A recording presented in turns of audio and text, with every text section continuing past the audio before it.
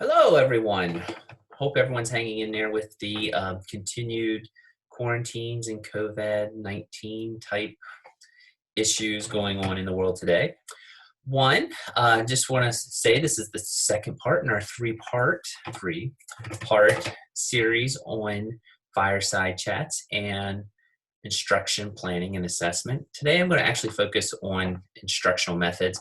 A lot of this are things that we talked about in class.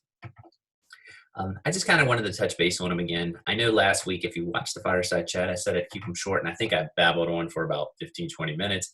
I promise to keep this one a little more tight in terms of 5 to 10 minutes, probably, hopefully closer to 5.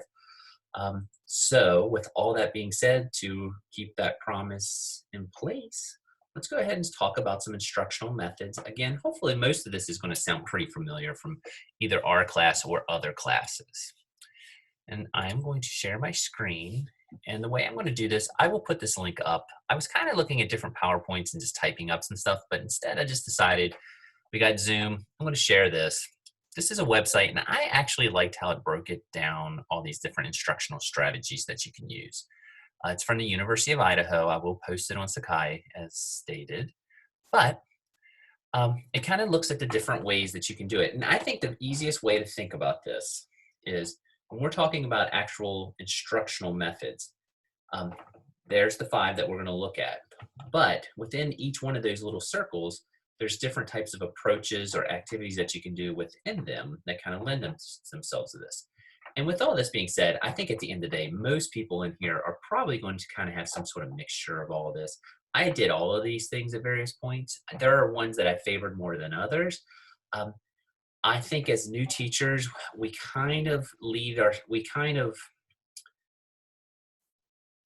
you're a new teacher, you kind of lead yourself more to go with the direct instruction. It's safe.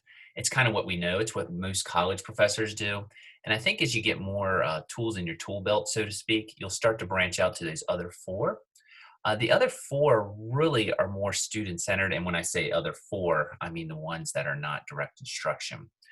They kind of lead themselves to more learning-centered or student-centered type things. But with all that being said, let's just kind of look at each one individually briefly. All right, the first one, as I mentioned, direct instruction. Direct instruction is basically simply defined. I'm not going to read word for word. The teacher is the center point of the instruction and of the learning. You're kind of the focus. That's not always a bad thing. I know it gets a bum rap, but it's what we do in college. It's probably, if you're going to teach high school, you may do in AP classes or just your regular high school classes. There's going to be some level of this in class. It's just how much are you doing? You don't want your class every day to be direct instruction. It's not probably the way we want to teach today in today's world in private schools, public schools, charter schools, university, anything. It's just not, it's antiquated, I guess is the best way to say it. Again, but that's not to poo-poo it and say that it's you'll never do it or you shouldn't do it. And with that being said, it's teacher-centered. And I like how it just has it broken down there. There's some of the activities or ways that you would use direct instruction. As you can see my little mouse cursor there, lecture is probably the most common. It's the one as a social studies teacher I did the most. Drill and practice, probably if you're a math teacher, you'll use a lot. Compare and contrast, didactic type questions. Those are those basic knowledge type ones, your Jeopardy type questions a lot of times. So guided and sharing, working together, where the students are doing it independently, but more you're guiding it as a teacher with direct instruction. So direct instruction, that's our first instructional method. Indirect instruction is another word for, I think, inquiry-based type instruction. This is probably, I think, this is just a personal thing, but it seems to be the big fad one at the moment as far as like different types of organizations like the National Council of Social Studies, just from my background. Even EdTPA, I know with the social studies instructional assessments that they do, they're looking for inquiry-based approaches. This is definitely student learning. Basically, what you're trying to do is have students inquire about something, problem solve something, and come up with their own answers or solutions. As you can see down there, again, I'll use my little cursor here. but you're trying to have them think a little bit and come out with the desired outcome. Maybe you're going to be looking to maybe change some attitudes or reinforce some attitudes if they have what they need, values, work on communication. Um, it's also a skill that, I think a lot of people think if you can if you can ask the proper questions, I was going to say didactic, which leads itself back up here. But if you go back down here and you're asking yourself the proper questions while you're a researcher and inquiring on your own, it's a lifelong learning skill. So inquiry method, that's another thing that you can actually use indirect instruction. And there's some more examples or approaches you can do. You can do problem solving exercises, case studies, which I liked a lot.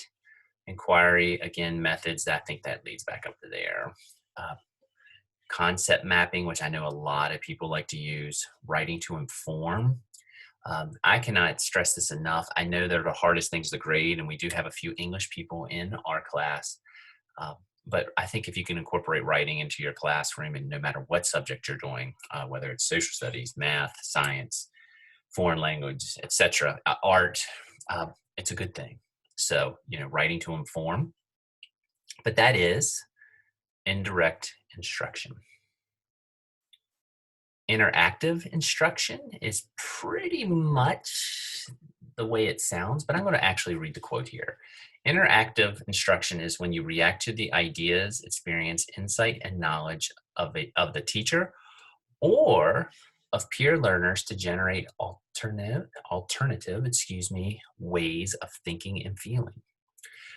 What does that mean? Well, let's just look at the possible methods that you can do.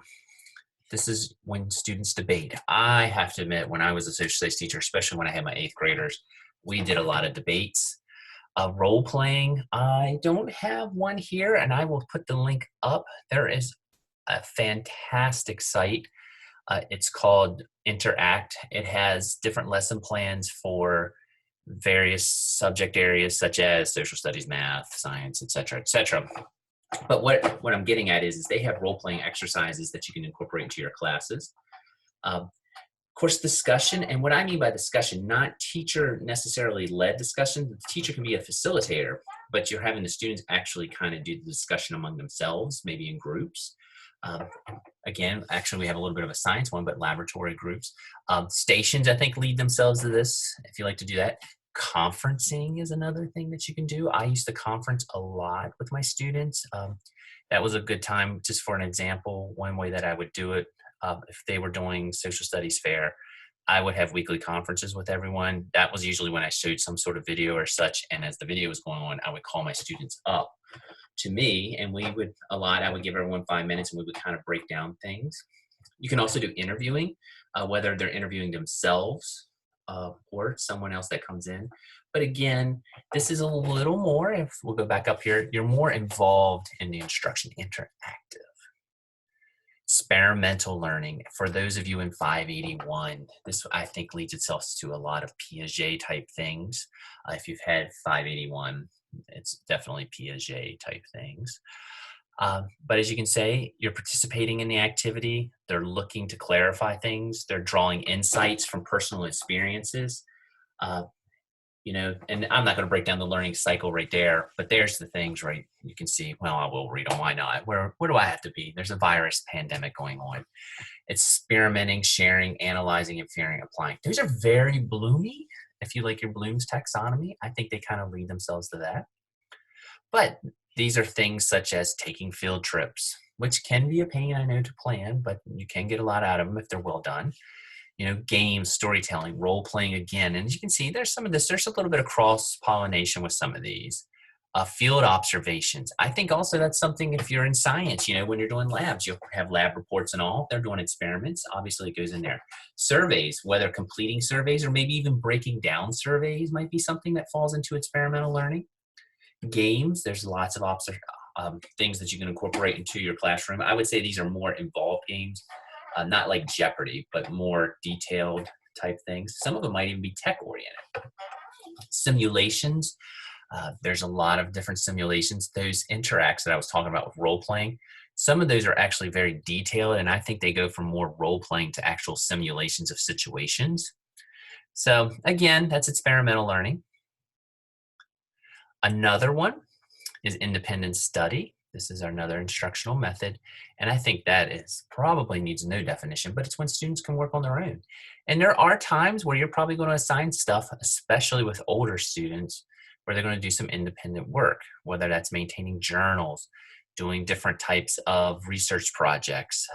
Again, I can only sometimes go back on my own personal experiences, but that would be National History Day if you're a Maryland person, and some West Virginia or Pennsylvania.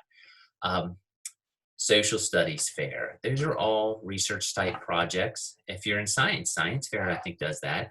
Also, some people make students do learning logs. And I used to do a current events activity every Friday that they had to have some sort of reactional type thing and write um, and submit it. And a lot of times we didn't discuss it. They just had to submit it to me on Fridays and it was up to them. Homework. I'm not going to get too much into my philosophy of homework. As I've gotten older, I think you got to have a really good reason to assign homework. I think especially with younger kids, it doesn't always lead itself to numbers that it does as much reinforcing as we think. But again, that's a debate for another day. But if you are assigning homework, I think it definitely has to be something where obviously it's independent. And two, it has to be connected to what you've been doing in class and reinforcing something. It can't just be homework for homework's sake. Um, but again, maybe if I see everyone again, maybe we can talk about homework a little more. We actually ended up talking about that in 581 last semester a good bit for some reason. But those are your basic instructional methods. There's the 5 again: direct, interactive, indirect, independent, and experimental. Again, I will post this site up, but as you can see, it breaks down a little bit some of the approaches that you can take: didactic questioning, lecture. So you can see thinking, again, all this you can read, so I'm not going to read it all, but those are some examples too. And I will put up some other examples and PDFs and such if you're looking for more ideas about how you can approach things within the classroom. Let me hit that, and there's my face, hopefully big again, bigger than normal. But that is our instructional talk. I said I'd try to keep it short and sweet just to kind of keep everything on there. Hope everyone's staying safe. Sorry if I was a little out of pace there. I'm not having students all week. This is what, our 3rd or 4th week. I feel like I'm out of a flow here talking to people, but hey, this is good for me too. It keeps me in practice, I guess. I don't even feel like my lungs are up to where they need to be to talk continuously for 5 to 10 minutes when most of the time I can talk for 3 hours straight and never even struggle. But you probably don't care about that. So with all that being said, I will post all of this up on Sakai, and you all need to do one thing: stay healthy. I will talk to you later. Bye.